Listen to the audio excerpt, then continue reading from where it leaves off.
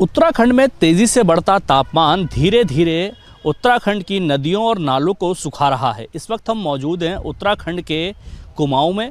कुमाऊं के रामनगर में कोसी नदी बहती है। मेरे सामने ये नदी है, ये धीरे धीरे सूखती जा रही है। यहाँ पर केंद्रीय जल शक्ति मंत्रालय का बोर्ड भी लगा हुआ है, जिसके द्वारा लगातार इस नदी के जल स्तर पर नज़र रखी जाती है। इस बोर्ड के अनुसार यहाँ पर जितनी भी नदी नाले हैं, आसपास के जो प्राकृतिक स्रोत हैं, उन पर नज़र रखी जाती है। ये कोसी नदी है, जिसे शास्त्रों के अनुसार कोशकी कहा जाता है और गंगा का ही स्वरूप माना जाता है। धीरे धीरे जिस तरह से गर्मी बढ़ती जा रही है उत्तराखंड में, जिस तरह से उत्तराखंड की वादियों में लगातार प्रदूषण फैल रहा है, जिस तरह का एक इसरो का एक शोध भी सामने आया था, उससे कहीं ना कहीं जो नेचुरल स्रोत हैं, जो नदियां हैं, उनका पानी कम होता जा रहा है, जिससे कहेंगे जानवरों के साथ साथ जो इंसान हैं, जो इसी पानी पर पूरा कुमाऊं क्षेत्र एक तरह से आश्रित है, ये पानी धीरे धीरे कम होता जा रहा है। हमारे साथ बात करने के लिए पर्यावरण प्रेमी और वरिष्ठ पत्रकार गणेश रावत जी हैं। उनसे जानेंगे कि जिस तरह से अभी तक जो प्रभाव पड़ रहा है गर्मी बढ़ने से उत्तराखंड में, उसके क्या परिणाम हो सकते हैं। गणेश जी, जिस तरह से आपने देखा कि लगातार जो है पर्यावरण में बदलाव हो रहा है और एक तरह से कहेंगे गर्मी उत्तराखंड के अंदर पहली बार ऐसी देखी जा रही है, कभी ऐसी नहीं हुई, और जो नेचुरल जल स्रोत हैं, नदी हैं, नाले हैं, धीरे धीरे सूख रहे हैं, तो ये किस तरह से प्रभाव पड़ रहा है और क्या असर होगा इसका आने वाले समय में?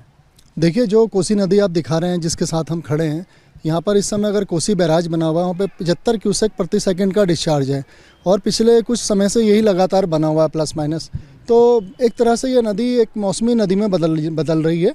और कोसी नदी जो कौसानी से यहाँ पहुँचती है, इसमें इसके कैचमेंट एरिया में बहुत सारे छोटे छोटे गाड़ गदेरे, जिन्हें हम बोलते हैं, छोटी नदियाँ हैं, वो लगभग सूख चुके हैं, क्योंकि बारिश इस बीच में हो नहीं रही है। नदी से जो जल स्रोत हैं सूख चुके हैं और नदी का जल स्तर लगातार घट रहा है।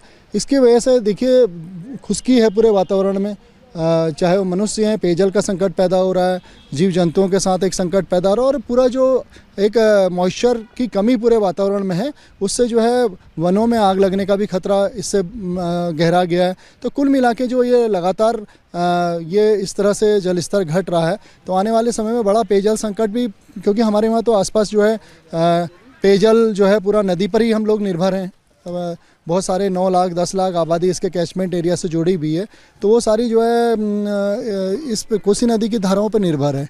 तो ये एक बड़ा संकट पैदा हो सकता है। जल्दी बारिश नहीं हुई तो दिक्कत आएगी आगे। अच्छा गणेश जी, इस नदी के ऊपर न केवल इंसान बल्कि जानवर भी आश्रित हैं।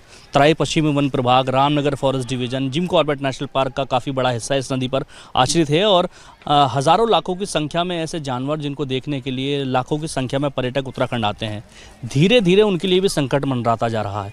तो एक तरह से फॉरेस्ट डिपार्टमेंट ने एक नया तरीका निकाला कि वो कृत्रिम जल के स्रोत बना दें, वो वाटर होल इस टाइप के बना दें, लेकिन इंसानों के लिए बड़ी मुश्किल पैदा हो जाएगी। जिस तरह से मैंने देखा कि हल्द्वानी, रामनगर और इन क्षेत्रों में धीरे धीरे जो पानी का संकट है मंडराता जा रहा है। जी, मैं आपको बताऊं कि जैसे उत्तराखंड है, तो उसमें काली गौरी नदी है एक तरफ और दूसरी ओर टॉन्स और यमुना नदी है।